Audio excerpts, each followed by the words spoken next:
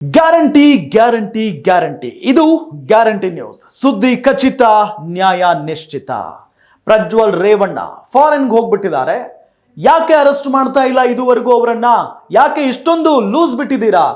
ಇಂಥ ದೊಡ್ಡ ಪ್ರಕರಣದಲ್ಲಿ ಆ ಮನುಷ್ಯ ಆ MP ಸಿಕ್ಕಾಕೊಂಡಿದ್ದಾನೆ, ಯಾಕೆ ಅವರನ್ನ ರಕ್ಷಣೆ ಮಾಡುವಂತ ಕೆಲಸ ಆಗ್ತಾ ಇದೆ ಅಂತ ಹೇಳಿ ಕವಿತಾ ರೆಡ್ಡಿ ಇವತ್ತು ಪ್ರಶ್ನೆ ಮಾಡಿದ್ದಾರೆ.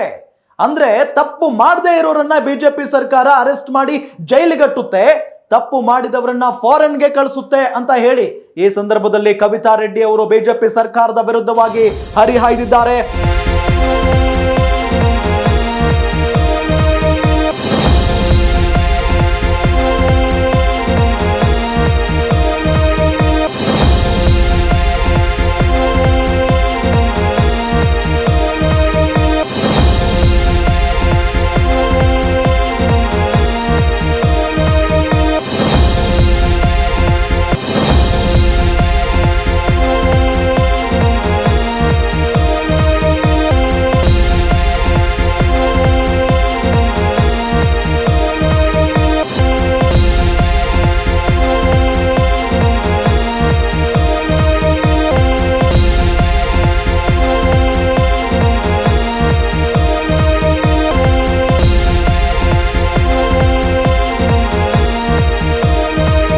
ಪ್ರಜ್ವಲ್ ಫಾರಿನ್ಗೆ ನಾವು ಜೈಲಿಗೆ ಹೋಗ್ಬೇಕಾ ಅಂತ ಹೇಳಿ ಪ್ರಶ್ನೆಗಳ ಸುರಿಮಳೆಗೈದಿದ್ದಾರೆ ಕವಿತಾ ರೆಡ್ಡಿ.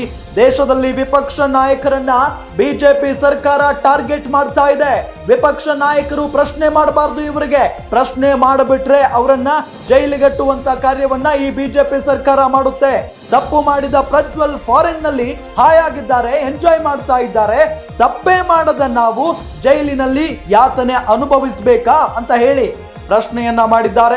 ಬಿಜೆಪಿ ಜೊತೆಗಿದ್ರೆ ಜೈಲು ಶಿಕ್ಷೆಯಿಂದ ಪಾರಾಗಬಹುದು, ಬಿಜೆಪಿಗೆ ಪ್ರಶ್ನೆ ಮಾಡದೇ ಇದ್ರೆ ನಮಗೆ ಶಿಕ್ಷೆಯನ್ನ ಕೊಡಿಸಲ್ಲ, ಅಥವಾ ನಾವು ಫಾರಿನ್ ಟೂರ್ ಮಾಡಬಹುದು, ಎಂಜಾಯ್ ಮಾಡಬಹುದು.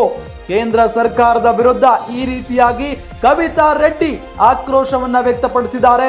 ಕವಿತಾ ರೆಡ್ಡಿ ತೆಲಂಗಾಣ ಮಾಜಿ ಮುಖ್ಯಮಂತ್ರಿ ಚಂದ್ರಶೇಖರ್ ರಾವ್ ಅವರ ಪುತ್ರಿ, ನಿಮಗೆಲ್ಲ ಗೊತ್ತಿರುತ್ತೆ. ಅಬಕಾರಿ ಹಗರಣದಲ್ಲಿ ಜೈಲು ಸೇರಿದ್ದಾರೆ ಕವಿತಾ ರೆಡ್ಡಿ ಅವರು. ಹಾಗಾಗಿನೇ ಈಗ ಸರ್ಕಾರದ ವಿರುದ್ಧ, ಬಿಜೆಪಿ ಸರ್ಕಾರದ ವಿರುದ್ಧ ಆಕ್ರೋಶವನ್ನ ವ್ಯಕ್ತಪಡಿಸಿದ್ದಾರೆ. ತಪ್ಪು ಮಾಡಿದಂತವರು ಫಾರಿನ್ಗೆ ಹೋಗಿ ಹಾಯಾಗಿದ್ದಾರೆ, ಎಂಜಾಯ್ ಮಾಡ್ತಾ ಇದ್ದಾರೆ. ಅಂದ್ರೆ ಪ್ರಜ್ವಲ್ ರೇವಣ್ಣ ಪ್ರಕರಣವನ್ನ ಉಲ್ಲೇಖಿಸಿ ಮಾತನಾಡಿದ್ದಾರೆ ಕವಿತಾ ರೆಡ್ಡಿ. ನಾವು ತಪ್ಪು ಮಾಡದೇ ಇರೋರು ಜೈಲಿನಲ್ಲಿದ್ದೀವಿ, ಜೈಲಿನಲ್ಲಿ ಇರಬೇಕಾ ಅಂತ ಹೇಳಿ ಪ್ರಶ್ನೆ ಮಾಡಿದ್ದಾರೆ. ಬಿಜೆಪಿ ರಾಜಕೀಯ ಷಡ್ಯಂತ್ರ ಅಂತ ಕವಿತಾ ರೆಡ್ಡಿ ಇಲ್ಲಿ ಕಿಡಿಕಾರಿರೋದು. ತಮ್ಮ ಅನುಕೂಲಕ್ಕೆ, ತಮ್ಮ ಜೊತೆಗಿದ್ರೆ ಅವರೆಲ್ಲರೂ ಒಳ್ಳೆಯವರು, ಅವರು ಏನೂ ತಪ್ಪು ಮಾಡಿಲ್ಲ, ತಪ್ಪು ಮಾಡಿದ್ರು ಕೂಡ ಅವರು ಆರಾಮಾಗಿರ್ಬಹುದು, ಆರಾಮಾಗಿ ಓಡಾಡ್ಕೊಂಡಿರಬಹುದು. ಆದ್ರೆ ಅವರನ್ನ ಪ್ರಶ್ನೆ ಮಾಡಿದಂಥವ್ರು ತಪ್ಪಿತಸ್ಥರಾಗ್ತಾರೆ, ಜೈಲಿಗೂ ಕೂಡ ಕಳಿಸ್ತಾರೆ ನಮ್ಮಂಥವರನ್ನ. ಪ್ರಜ್ವಲ್ ಕೇಸ್ ಉಲ್ಲೇಖಿಸಿ ಕವಿತಾ ರೆಡ್ಡಿ ಈ ರೀತಿಯಾಗಿ ಕೆಂಡಾಮಂಡಲವಾಗಿದ್ದಾರೆ ಬಿಜೆಪಿಯ ಕೇಂದ್ರ ಸರ್ಕಾರದ ವಿರುದ್ಧ.